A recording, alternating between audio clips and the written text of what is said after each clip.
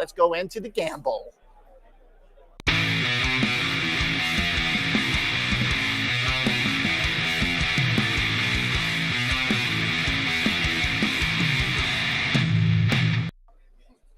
All right, from options and tax hedging into Kalshi and more, Mr. Jared Dillian joins us today, author, blogger, former trader, ETF expert, ex-Wall Street guy. Jared, thanks for being here. Hey, thanks for having me. Thanks for sticking around. I know we're a little behind schedule here. Give us a quick intro, though. I know a lot of people know you from Twitter. You're a very fun voice. You've got some really interesting books you've written, too, but hit me with the 60 seconds on your Wall Street pedigree and background.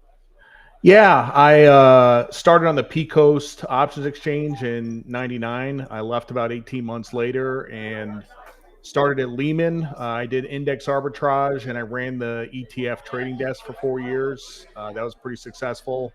At the bankruptcy, I left in 2008. I started my newsletter, the Daily Dirt Nap. Been writing that for 17 years and Wow. still going. It's one of the longest running financial publications on Wall Street. Yeah, I was working on your title. I was like, blogger doesn't do it justice. You're like an icon of financial writing. I've got 6 books. Just published one recently called Rule 62. I teach at the local university. I'm a DJ. I do a bunch of stuff. So, all right, you're a DJ, but are you a DGen, Jared? Are you into this event contract stuff? No, it's funny. It's funny you're having me on to talk about this because I know.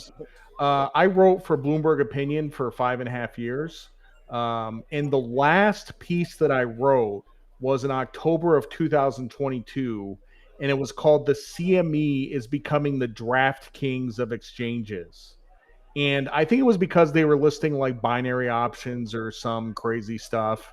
And I took a shot at the CME, and then I got fired by Bloomberg, and that was the end of it. But well, I'm sure you'll be ruffling some feathers with this one too. Yeah, I mean, like, I don't know. I have mixed feelings about it. First of all, I don't think that exchanges should be profit-seeking entities. I think they should go back to the days of being mutually owned. I don't like the idea of exchanges being innovators. I don't think exchanges should be innovating on financial products. I think they should be responsive to the needs of their customers. I think those customers want juicier contracts. Yeah, I mean, so that's where this comes in. So the CME is partnering with FanDuel to offer event contracts to compete with Polymarket and Kalshi and others. Let me just preface this by saying it's not yet a big market. But it could be. Now, when you look at, the analogy that I, like to use, I use it in my personal life. Sometimes my employers have not been a big fan, but this is the way I think about it, is when you go into a casino, you can choose what you want to play. You can assume your risk. And I think it's a fair analogy because there is a reliable winning game in the casino, which is game theory optimal poker. If you've got an infinite time horizon, you can make money playing poker. But if I want a quickie hit, maybe I'll go play Mississippi Stud. Or if I want to flip coins, maybe I go play blackjack.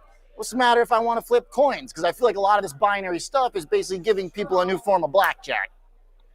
I got to tell you, that's a pretty persuasive argument. That's probably the best argument I've heard for it.